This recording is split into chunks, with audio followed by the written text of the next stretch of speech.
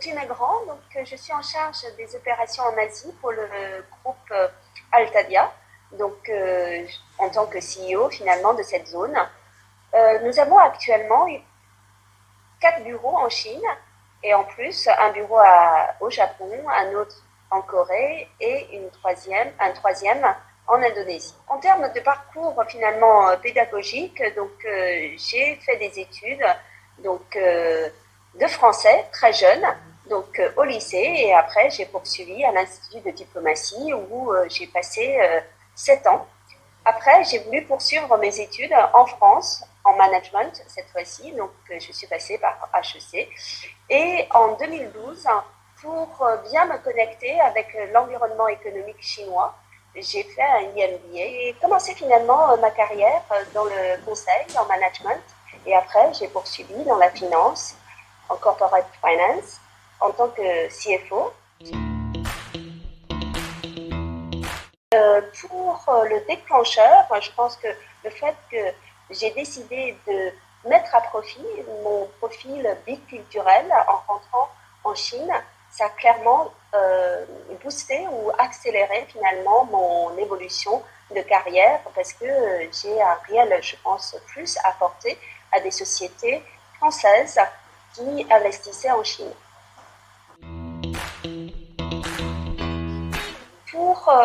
Pour moi, la famille est toujours une source dans laquelle je puise mes connaissances et aussi mon énergie. Pour des moments fastes comme des moments difficiles.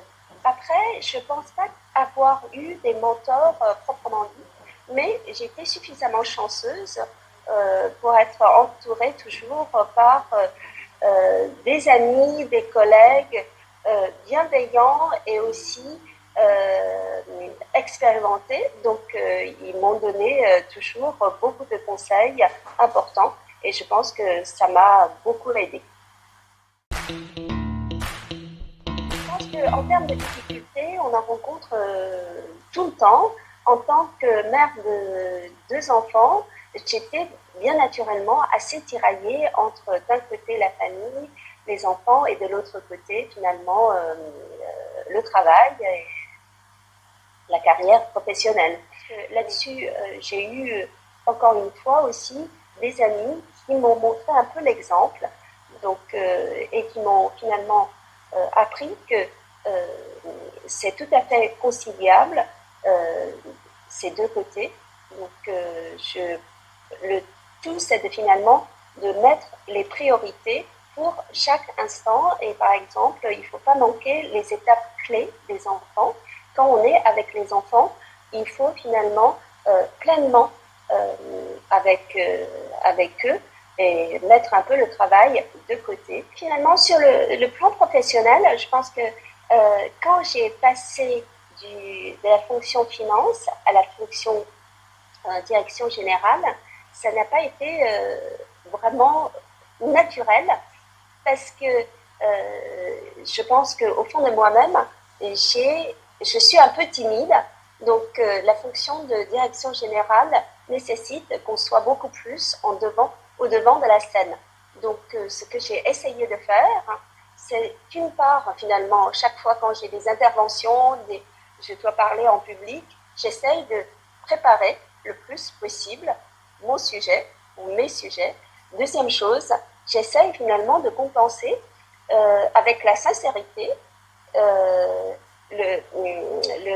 finalement peut-être le manque de ma timidité, compenser la timidité avec ma sincérité. Voilà. Il y a plusieurs étapes finalement en termes de motivation. Au début, c'était juste finalement pour bien faire les choses, pour avoir la reconnaissance. Et dans un deuxième temps, je pense que quand on dirige une équipe, c'est pour faire en sorte que l'équipe puisse progresser. C'est un sens de responsabilité. En troisième étape, je pense que c'est plus l'envie de nouveauté, de pouvoir rencontrer les plus de monde possible et les nouveaux sujets. Je pense que c'est, si on doit synthétiser, ce serait finalement reconnaissance, responsabilité et curiosité. en 3 étapes. Je pense que ça change forcément la personnalité, j'espère qu'en bien aussi, et parce que finalement ça nécessite qu'on devienne beaucoup plus indulgent parce qu'on est en contact avec beaucoup plus de personnes, donc ça nécessite aussi d'être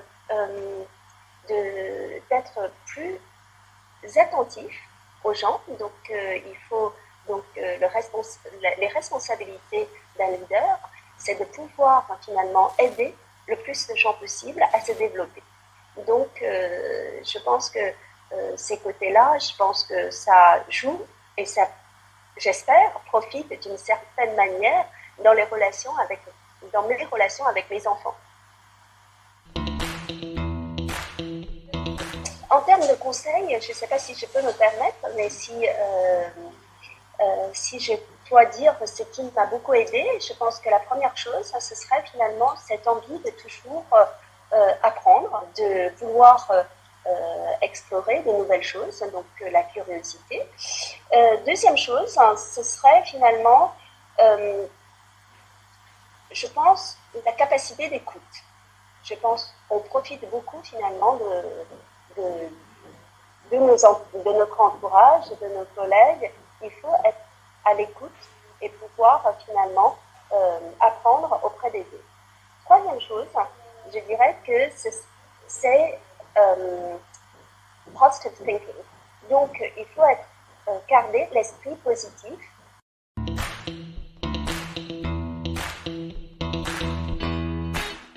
J'en ai pas vraiment.